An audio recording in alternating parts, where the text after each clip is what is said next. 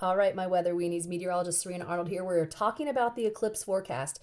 And why is this so important? Well, the last time there was a total solar eclipse that went through New England was back in 1979. The last time New Hampshire was in one was back in 1959. And the next one isn't going to happen until 2079. So if you miss this one, I don't know if you're going to catch the next.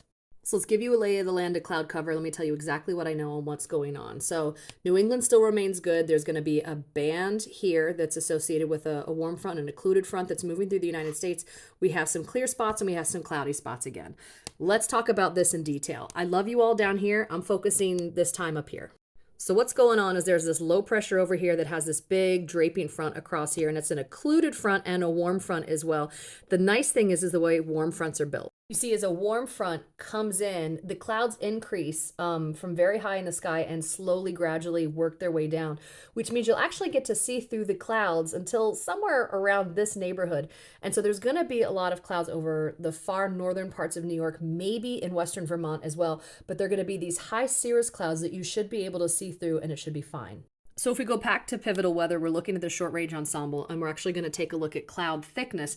This helps to identify what I was talking about. Remember, we saw cloud cover all the way up here to the state line, but where it's really going to be at its thickest is right here. So this isn't great news if you're going to be watching in this, like, far eastern Ohio, Erie, Pennsylvania, far western New York. Still on the fence about what's going to be happening with the Buffalo and Niagara area. So if we zoom in, here's where we can see the clouds. Maine, clear. New Hampshire, probably clear. Vermont is where we're going to have kind of a gradient changing into New York. But once again, these are going to be the higher clouds that you're going to be able to see through. The question is, where within sort of this line does that change to where you're no longer going to be able to see the sun through the clouds anymore? So looking at relative humidity at the 30,000 foot level, this is at 300 millibars, way up in the atmosphere. This is going to be that band of cirrus that we see up high ahead of this warm front. This is 500 millibars. Notice how it is further west. And 700 millibars, as we drop down through the atmosphere vertically, we can see how the clouds are kind of moving along with that. So it helps give you an idea of the slope of the clouds. So if you're going to be in Watertown, New York, that's probably the furthest place west. I think you might still luck out being able to see it once you hit Buffalo, Niagara, and those other places. I'm just unfortunately think it's going to be clouded in. For those who follow me, you know my love of the HRRR forecast. This is showing cloud cover, and this is a really granular map. So this is 18Z and 19Z, which is about when the eclipse is supposed to be happening. So once again, you can see where the line of that cirrus deck is going to be taking place, but I'm not really concerned about it. If you're going to be watching in Vermont, in New Hampshire, or in Maine, I think it's going to be a good show. After I'm done making this video, I'm going to be packing up the car, and I want to know, because we've talked about the sky and what's happening above us, what's it going to feel like down below? Because I've got kids and a dog. Is it going to be wet? Is it going to be cold? So let's talk about like how it's going to feel while we're all sitting around waiting for this eclipse. So looking at forecast reflectivity, zero precipitation up here through Maine, Vermont, and New Hampshire, but you can see this line. It's along this occluded front, and this, that's taking place right here, which is once again why just Buffalo, Niagara. I just don't have high hopes, but man, I'm saying a prayer for y'all.